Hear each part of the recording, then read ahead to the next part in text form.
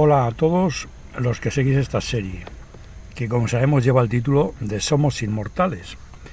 En esta ocasión vamos a ver la Atlántida, y este sería el capítulo número 14. Esto sobre la Atlántida, digamos que es pues otro más de los grandes misterios, ¿no? Nadie sabe realmente si la Atlántida existió, ni mucho menos dónde podría haber estado ubicada. Se ha buscado en varios sitios, por ejemplo aquí en torno al mar Egeo, también se ha buscado en torno a Doñana, y también se ha dicho que podía estar en el océano Atlántico, entre los continentes de Europa y de América. Pero realmente pues nadie sabe dónde podría haber estado ubicada la Atlántida, en caso de que la Atlántida realmente hubiera existido. Bien, pues esto digamos que resulta bastante sorprendente que no se sepa dónde está la Atlántida y se sepa si ha existido o no, teniendo en cuenta una serie de datos que yo he encontrado de una forma casual, como se buscan todas estas cosas, digamos que a fuerza de buscar y de mirar cosas, pues te las encuentras, ¿no? Entonces, resulta bastante sorprendente que la arqueología ortodoxa no diga que no sabe dónde puede estar ubicada la Atlántida. Entonces, por una serie de datos que vamos a ver a continuación. Bien, pues como todos sabemos, el gran difusor de la historia de la Atlántida fue Platón, que en el 350 a.C. pues escribió sus diálogos tardíos, el Timeo y Critias. En estos diálogos, Critias, que fue discípulo de Sócrates, narra una historia que cuenta como verdadera. Una historia que cuando era un niño la escuchó de su abuelo, quien a su vez la escuchó de Solón, el gran legislador ateniense y uno de los 7 sabios de Grecia. Entonces se narra en esta historia cómo fue que los atenienses detuvieron el avance del imperio de los atlantes y cómo al poco tiempo de esta victoria ateniense, pues la isla de los atlantes fue tragada por el mar, se perdió.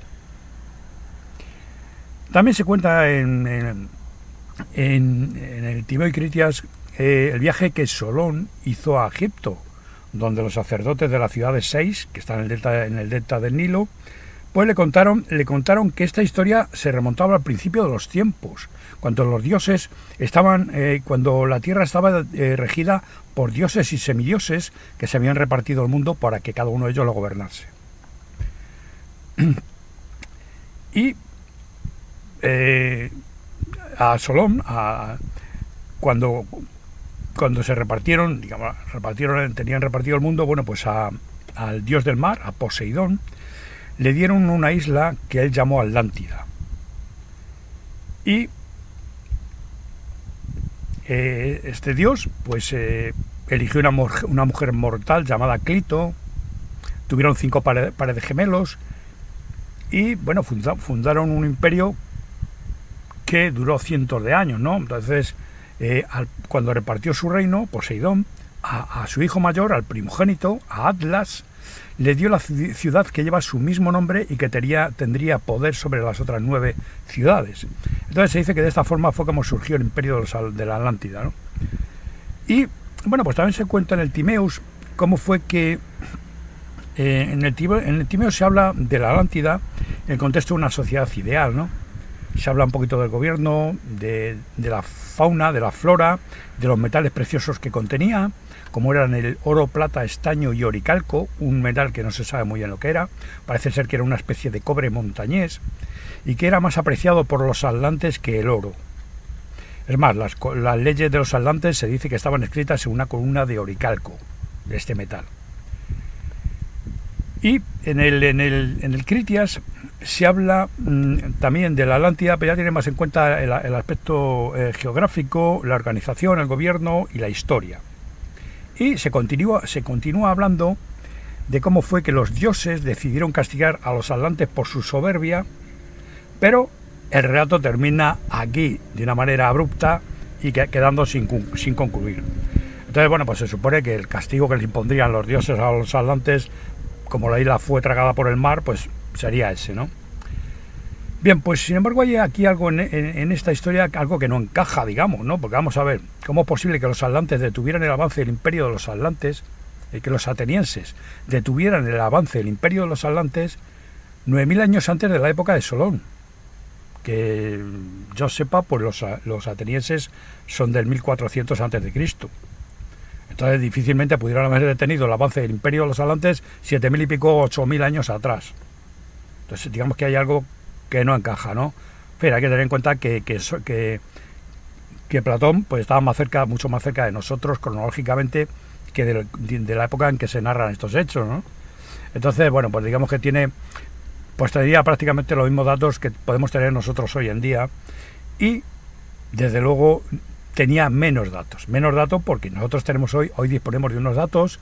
Además, en esos datos se dice que esto está reconocido por la arqueología ortodoxa, y de esos datos se desprende de una forma muy clara que la Gran Pirámide es anterior a la formación del mar Mediterráneo. Y digo bien, anterior a la formación del mar Mediterráneo. Entonces no se comprende cómo los arqueólogos ortodoxos no tienen ni idea de dónde puede estar ubicada la Atlántida. Entonces, esos datos que hay aquí son estos. Si tecleamos esto, civilización siriana, no van a salir una serie de páginas web en las cuales se dice, como esta que hay aquí, entonces en una serie de páginas web en las cuales se dice que el río Nilo, como sabemos, desemboca en el delta del Nilo, ¿verdad? Pero entonces desembocaba en este maravilloso y frondoso valle que era lo que hoy conocemos como el mar Mediterráneo y el mar Negro. Entonces eran unos valles, era un valle, pues como podemos imaginar, bueno, sería un paraíso terrenal, porque aquí desemboca aproximadamente unos 120, cerca de mil ríos. 1000 ríos desembocan tanto en el mar Mediterráneo como en el mar Negro. Entonces, esto era un valle, y la prueba de que esto era un valle, que no ha sido un mar siempre, es que tanto en el fondo del mar Mediterráneo como en el fondo del mar Negro hay unas 200 construcciones en cada uno de ellos, en total unas 400. 200 construcciones, uno dicen que son ciudades, en fin, yo pienso que son templos, y además son del estilo egipcio, son tan egipcios como los que hay a lo largo del río Nilo. Y eso sale tecleando esto aquí. Lo pongo aquí por si lo queréis mirar, porque digamos que yo no dispongo de esas imágenes, yo sé que existen, pero estamos en lo de siempre, ¿no? No puedo utilizarlas. Bien, pues entonces os van a salir, vais a ver una serie de vídeos en los que se ve pues imágenes de esa ciudad sumergida. Entonces veremos que tiene un estilo tan egipcio como los templos que hay aquí a lo largo del río Nilo. Digamos que en el fondo del mar Mediterráneo y del mar Negro hay, pues no solamente tiene que haber templos, sino que tiene que haber pirámides también. Digamos que estamos hablando de 200 construcciones, son mucho más de las construcciones o de los templos que hay a lo largo del río Nilo. Entonces ahí abajo tiene que haber no solamente pirámides, sino templos que son tan egipcios como los que estamos viendo a lo largo del río Nilo. Entonces no se comprende cómo dicen que no saben dónde puede estar ubicada la Atlántida. Claro, porque vamos a ver. El río Nilo desemboca aquí en el delta del Nilo, pero entonces desembocaba en el mar Mediterráneo y era uno de los muchos ríos que desembocan en el mar Mediterráneo. Entonces, teniendo en cuenta que en el mar Mediterráneo la profundidad máxima no son 5.210 metros de profundidad máxima y de profundidad media 1.370, una cosa así, me parece que son.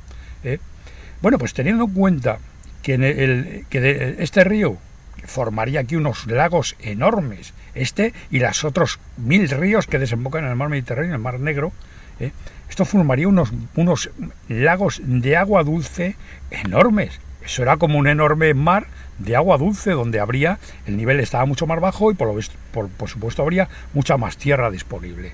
Luego esto sería el paraíso terrenal. Entonces este río, no solamente este río, el Nilo, sino todos los ríos que desembocarían aquí en el valle del Mediterráneo, iban a desembocar todos aquí, en lo que hoy conocemos como el estrecho de Gibraltar, que entonces era conocido como las columnas de Heracles, las columnas de Hércules.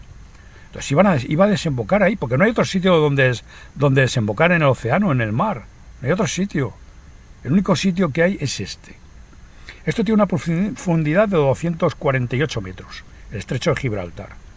Entonces, bueno, pues digamos que no sería muy difícil ver dónde estaban situadas cuál era el nivel de esos lagos.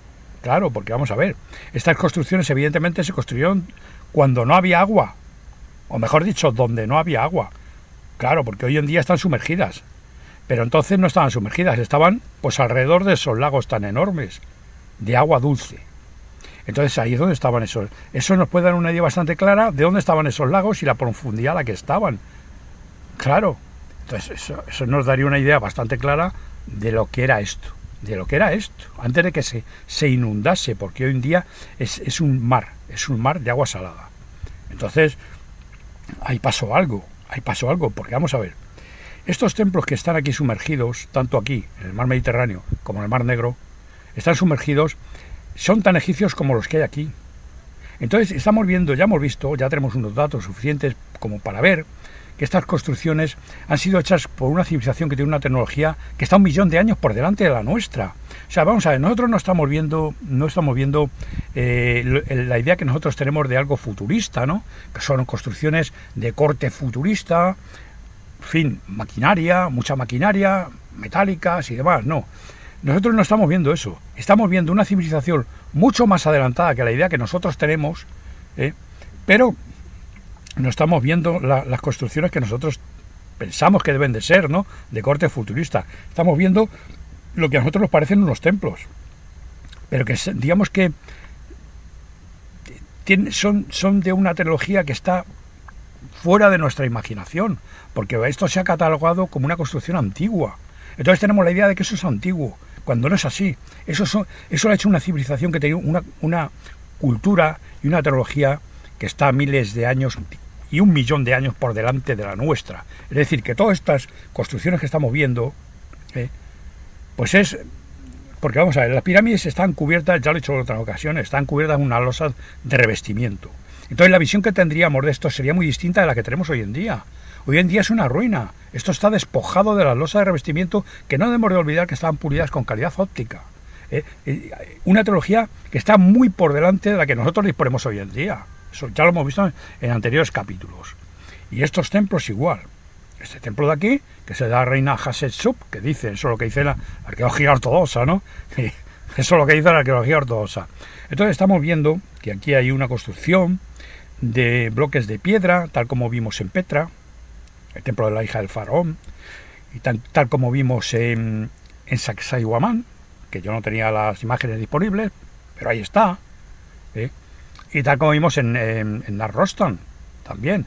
Hay un templo hecho con bloques de piedra trabajada. Y toda la montaña donde estaban las tumbas de Antíoco estaba reblandecida y se construyó con la misma tecnología que Petra. Donde la forma en que construyó en Petra está muy clara.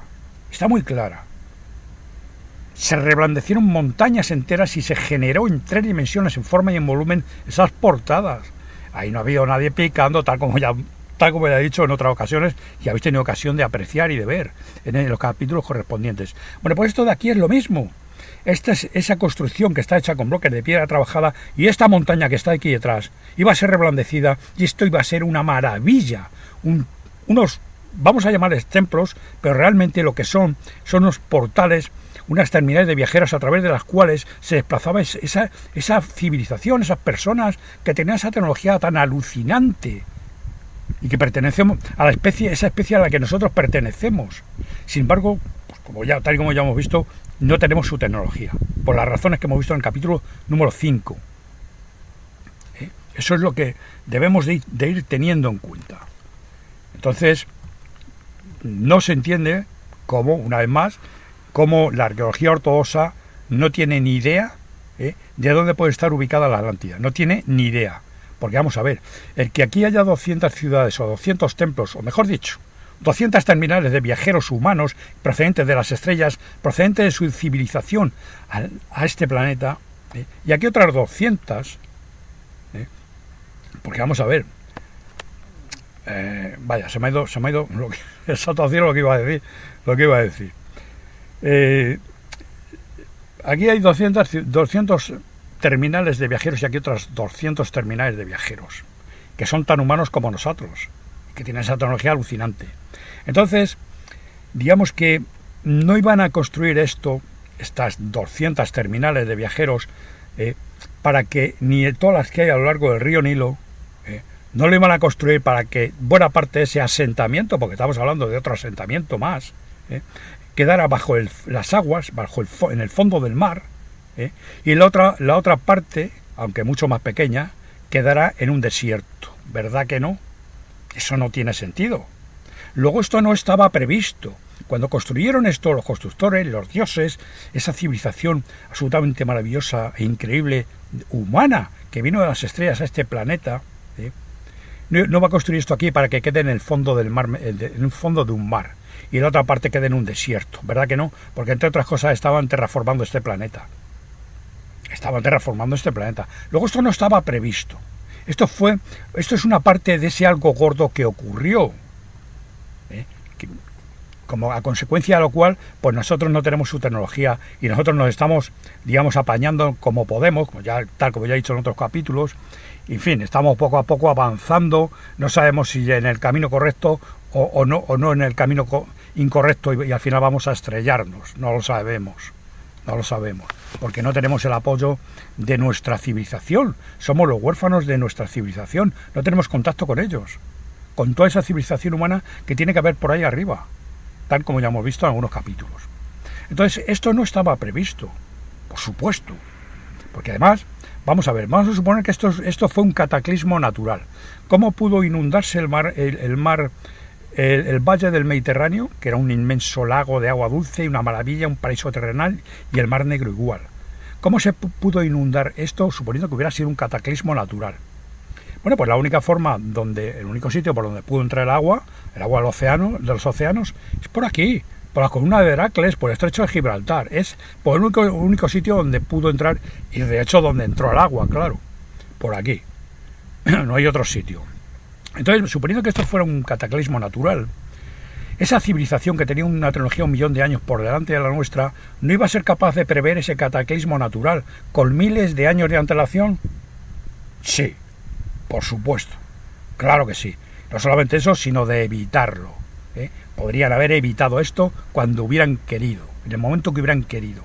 Luego el que esto esté inundado y estos templos estén inundados, estos terminales de viajeros, estas 200 terminales de viajeros que hay aquí y estas 200 que hay aquí, estén inundadas hoy en día, quiere decir a todas luces que eso no estaba previsto. Ahí ocurrió algo, y algo bastante grave y bastante gordo, como ya hemos venido diciendo en anteriores capítulos. Ese algo gordo que ocurrió, eso no estaba previsto en absoluto. Luego entonces entró el agua. Está claro que el agua entró por aquí. Como sabemos, hace unos 12.500 años, pues está comúnmente aceptado que subió el agua de los océanos unos 120 metros. Realmente no sabemos cuánto subió, 120 o 220, no se sabe cuánto subió, pero subió bastante. Y la prueba la tenemos aquí, que este valle está inundado de agua salada y el agua entró por aquí. Luego los niveles de los océanos subió.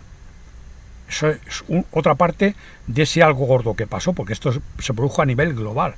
Digamos que esto aquí es a nivel local, el mar Mediterráneo, que se inundara el valle del Mediterráneo y el mar Negro, es a nivel local, pero esto produjo a nivel global. Entonces los océanos subieron 120 o 220 metros, no sabemos cuánto.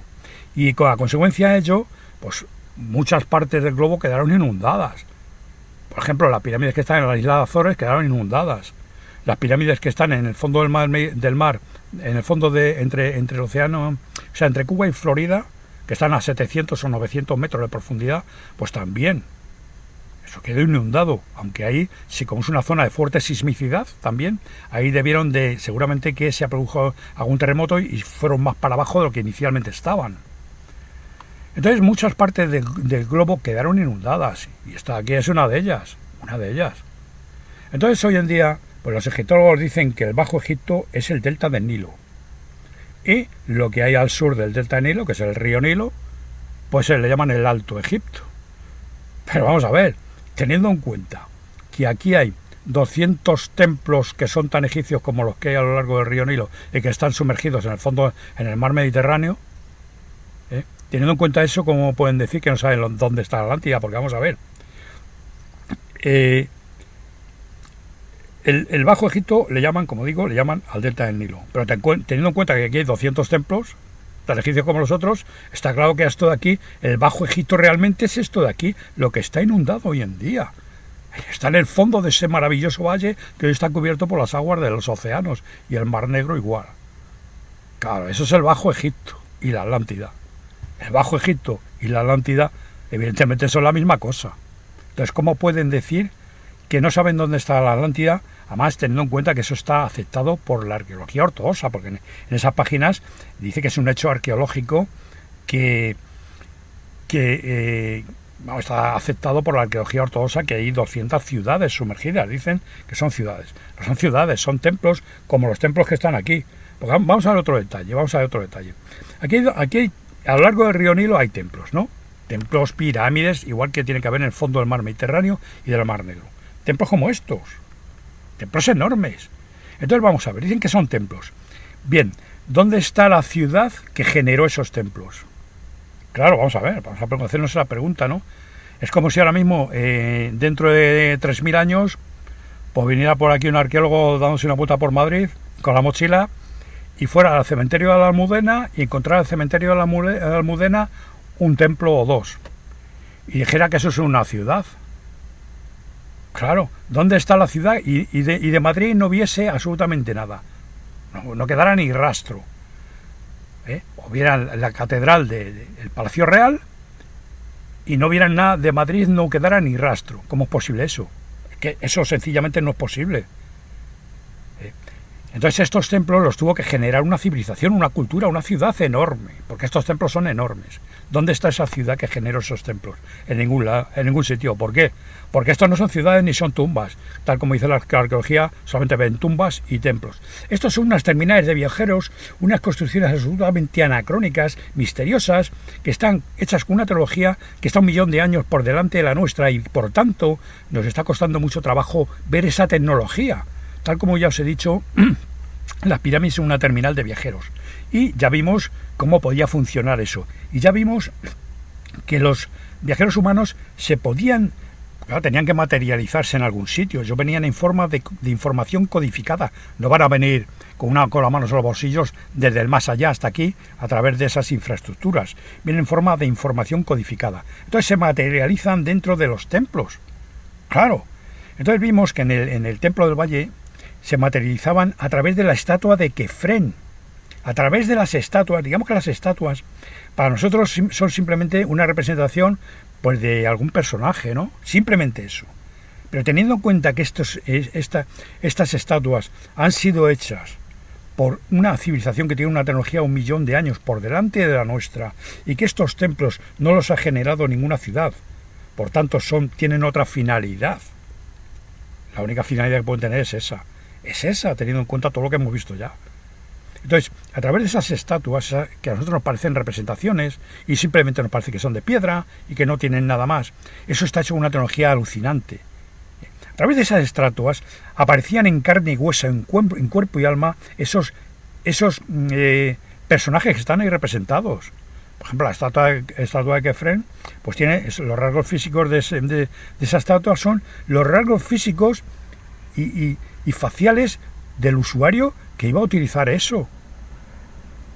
De una persona que pertenece a nuestra misma especie, pero que está muy por encima de nosotros. O sea, nosotros no tenemos ni idea. Nosotros, digamos que somos, en comparación, podríamos compararlo con una tribu de estas perdidas por el Amazonas, que van en porretas y van cazando monos con una cerbatana. Entonces, nosotros seríamos eso, mucho menos que eso en comparación con esta civilización.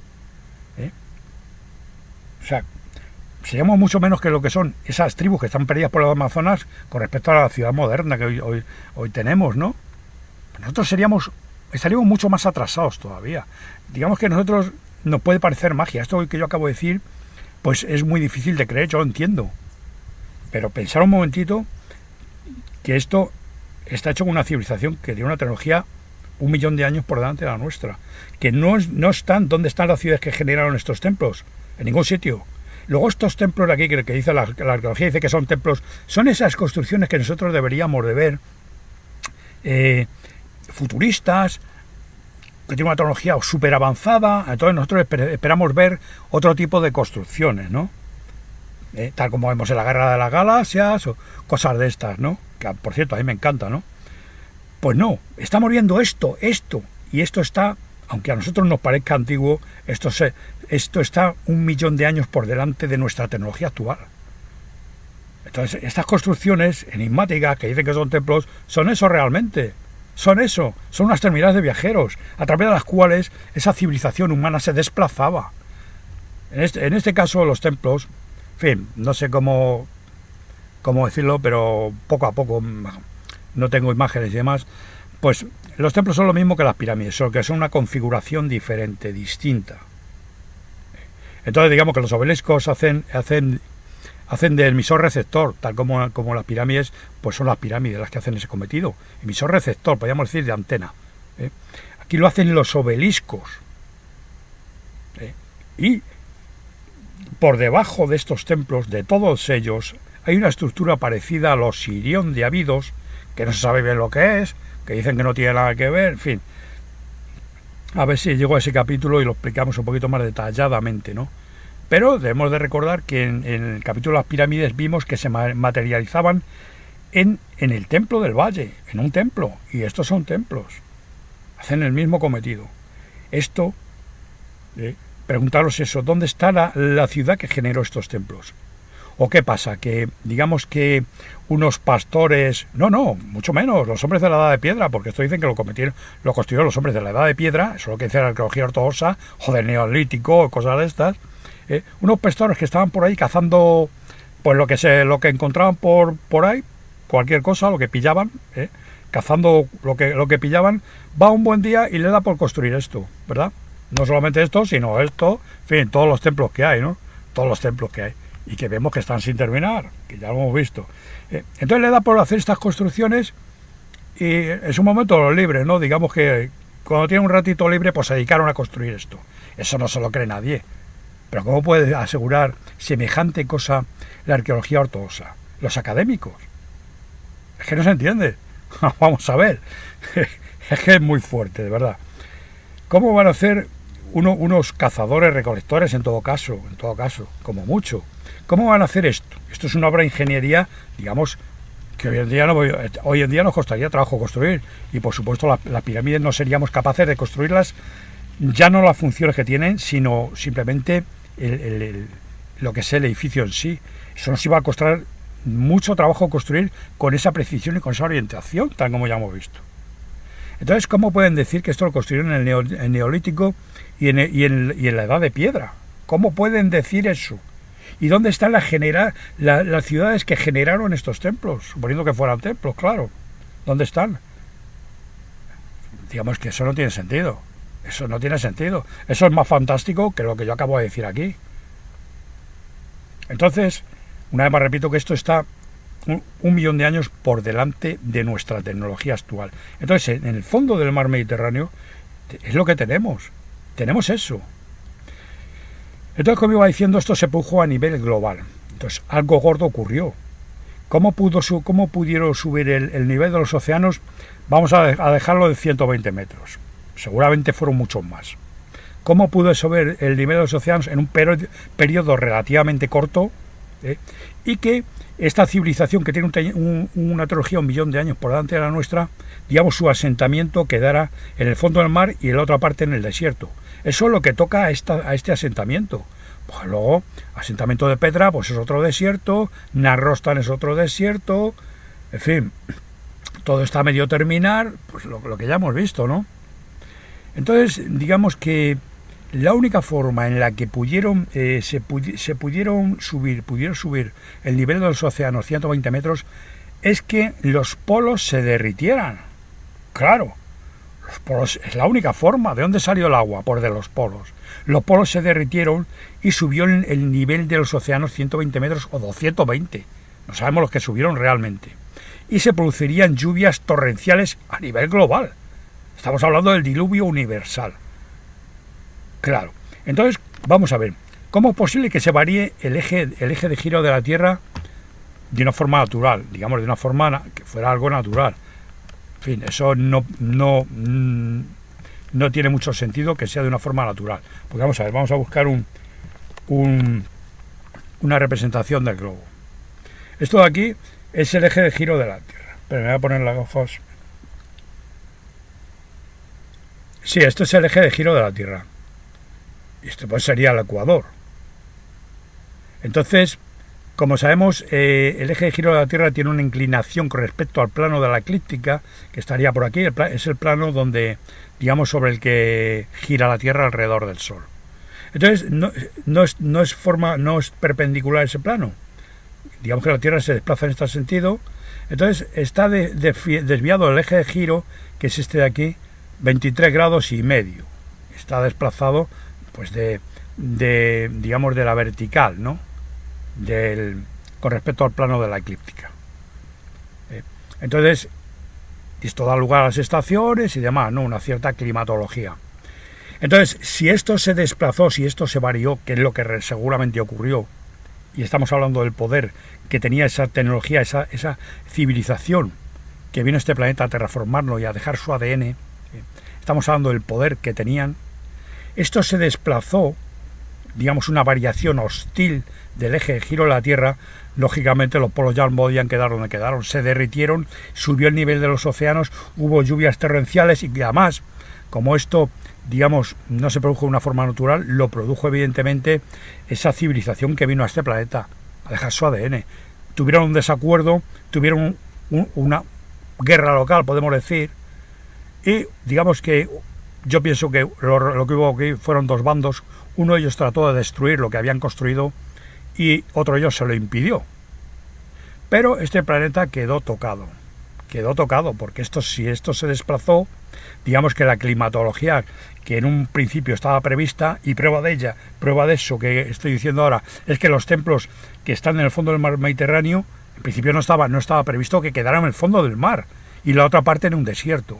Entonces esto se varió, tuvo una variación hostil, y pues eso tuvo consecuencias climáticas a nivel global. Entonces, digamos que este planeta hoy en día está en unas condiciones en las que no debería estar. Es un planeta tocado, pero no está hundido.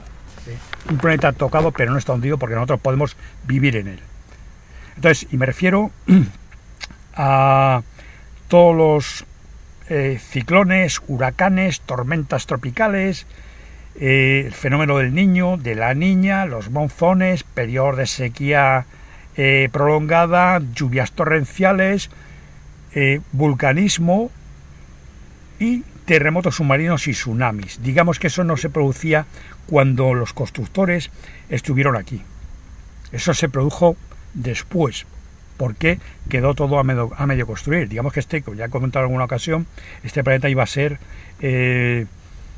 estabilizado tanto climáticamente, en cuanto al clima, como geológicamente, como sísmicamente, claro. Entonces, hoy en día, y hay en la estabilización sísmica, ya lo puedo decir, podemos meter a Machu Picchu, Sacsayhuamán o Ollantaytambo, y seguramente la estructura de Yonaguni también, quizá, y quizá las pirámides que están sumergidas en la isla de Azores y entre las costas de Cuba y Florida.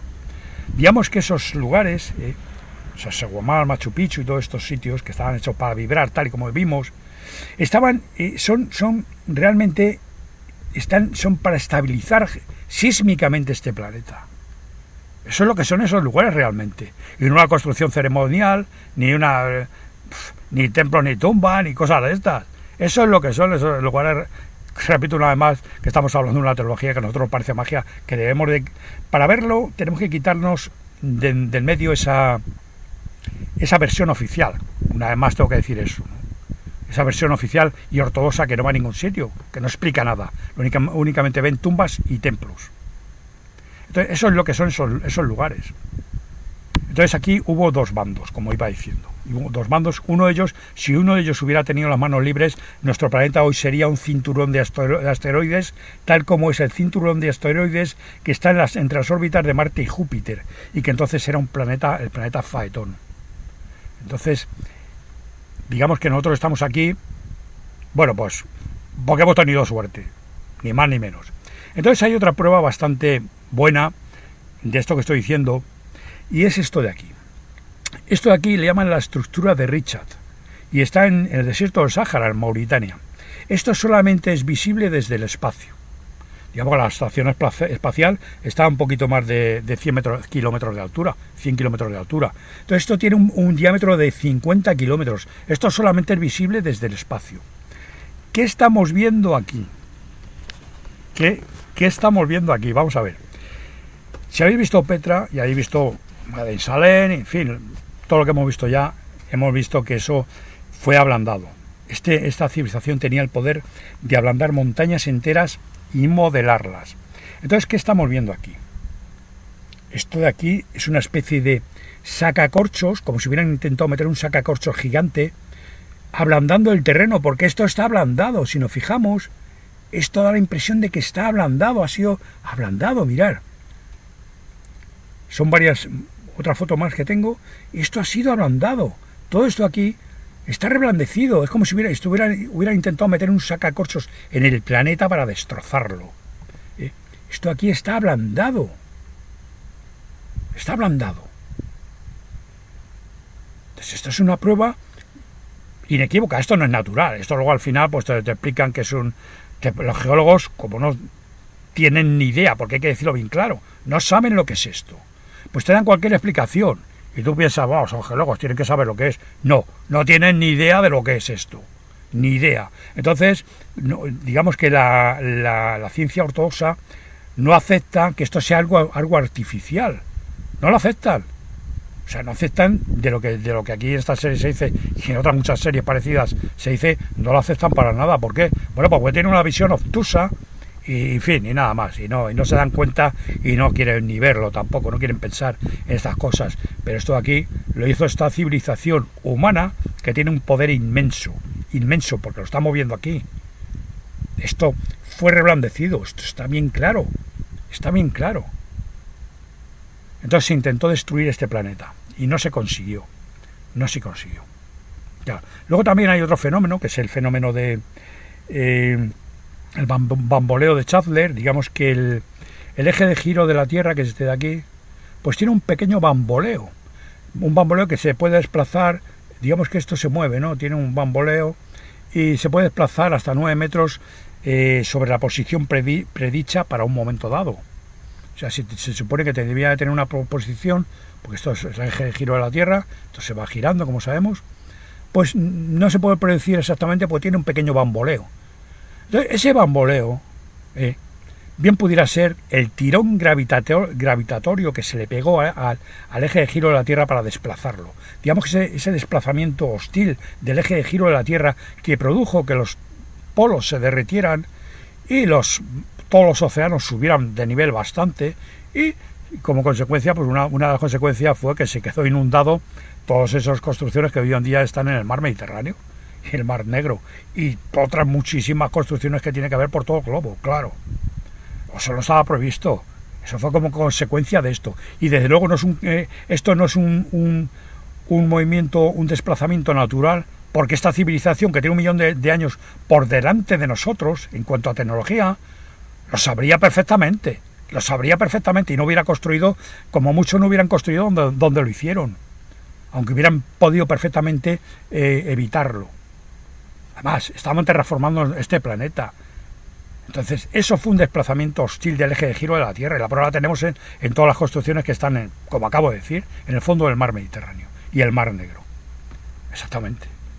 Entonces hubo dos bandos, y uno de ellos quiso destruir lo que se había construido y otro se opuso, y como consecuencia de eso, pues nosotros estamos aquí. Aunque al acuerdo al que llegarían sería que nosotros no tuviéramos contacto con nuestra especie, con nuestra civilización a la que pertenecemos. Eso fue la consecuencia que nosotros estamos sufriendo. Pero debemos de ser conscientes de eso, y jamás vamos a ser conscientes de quiénes somos si nos atenemos a lo que nos cuenta la arqueología ortodoxa. Nos están contando un cuento para niños, porque vamos a ver, que nos cuenten dónde están las ciudades que generaron, las ciudades y la civilización que generó estos templos, ¿dónde está? Claro, según ellos, esto ha salido por arte de Birli Birloque, esto ha salido por arte de magia. Eso es más fantástico que lo que estamos diciendo aquí en esta serie, que son todas estas construcciones. Claro, porque si esto es un templo, ¿dónde está la ciudad que generó ese templo? Tiene que ser una ciudad enorme. Claro, pues estos templos son enormes y hay muchos. Y las pirámides y más, que hay 120 pirámides en Egipto. ¿Dónde está esa civilización? Esos pueblos. No están en ningún sitio. ¿Por qué? Porque eso jamás lo construyeron los hombres de la Edad de Piedra ni del Neolítico. Eso lo construyó esta civilización que vino de lejos, una civilización humana. Esa es la única explicación, si las pruebas están por todos lados. Es que no se quieren ver. No se quieren ver. Las pruebas están por todos lados, están muy claras. Entonces eso es quienes somos nosotros una vez más. Eso es quienes somos nosotros.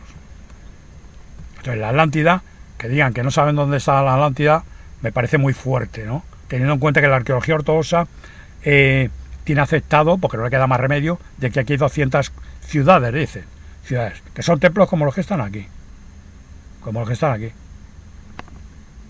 Claro. Eso es lo que hay. Eso es lo que hay. Y no que...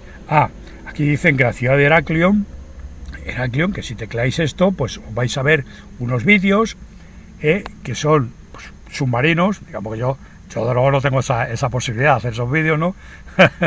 Pero vais a ver, y vais a ver que lo que hay debajo del agua es de estilo egipcio, tan egipcio como lo que hay aquí. Entonces los arqueólogos ortodoxos dicen que eso pertenece a la ciudad de Heraclión y que esa ciudad se hundió. Qué casualidad que esa ciudad dicen que se hundió y por eso está debajo del mar. En vez de decir que es una muestra bastante clara de lo que hay aquí debajo, no, dicen que se hundió. Y todo lo que hay aquí debajo, pues ni lo mencionan, no hablan de ello. ¿Pero por qué ahora? ¿Por qué? De verdad que yo a veces me esfuerzo y no consigo entender por qué hacen eso. Pues están engañando a todo el mundo. Están engañando a todo el mundo. O sea, no lo desmienten porque no pueden, pero no hablan de ello. Lo callan. Lo silencian, lo callan. Entonces que digan que no saben dónde está la Atlántida cuando la tienen delante de las narices, me parece algo absolutamente inaceptable, vamos. Que no... En fin. Yo creo que... En fin, cada vez están quedando más en evidencia, porque claro, la gente a poquito que nos dé por pensar, a cualquiera que le dé por pensar un poquito, pues ¿cómo es posible que esto de aquí no se mencione? Si además son de estilo egipcio, tan egipcio como los que están aquí. Además, evidentemente, se construyeron cuando no había agua y por lo tanto, como os he dicho al principio, está bastante claro que la Gran Pirámide es anterior a la formación del mar Mediterráneo. ¿Por qué? Bueno, porque estos 200 templos que hay aquí pertenecen a este asentamiento, a los mismos templos que están a lo largo del río Nilo. Se construyeron al mismo tiempo. Entonces las pirámides también. Y evidentemente los templos que hay aquí se construyeron cuando no había agua.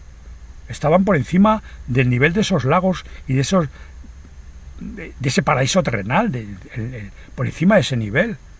Y ahora están por debajo del mar, claro. Entonces eso se construyeron cuando no había agua, Entonces, por supuesto, son anteriores a la formación del mar Mediterráneo. Es muy fácil de saberlo.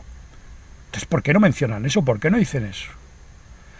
En fin, una vez más, de esto que digo, vamos a ver más pruebas, porque luego vamos a ver, os recomiendo que veáis a continuación el capítulo siguiente. Me está costando trabajo por las imágenes y demás, aunque ya ha habido por ahí alguien que me ha dicho que me puede proporcionar imágenes, y bueno, se lo agradezco muchísimo, ¿no? A ver si puedo contar con imágenes que yo pueda utilizar, porque me autoricéis vosotros a utilizar vuestras imágenes, y en fin, podremos ver unas cuantas cosas más, ¿no? Te recomiendo que veáis el capítulo siguiente, que será el de la Esfinge, y ahí vamos a ver cosas muy interesantes, y además que tienen que ver con esto. Bueno, todo está relacionado entre sí, ¿no? Pero bueno, digamos que esto está muy directamente relacionado con lo que acabamos de ver, con la Atlántida y con ese cataclismo y con la variación hostil del eje de giro de la Tierra y todo esto. Entonces os recomiendo que veáis ese capítulo. En fin, a ver si consigo sacarlo dentro de poco, que en fin, me cuesta un poquito de trabajo a veces. Bien, pues nada más y espero veros a todos en el siguiente capítulo. Un saludo para todos.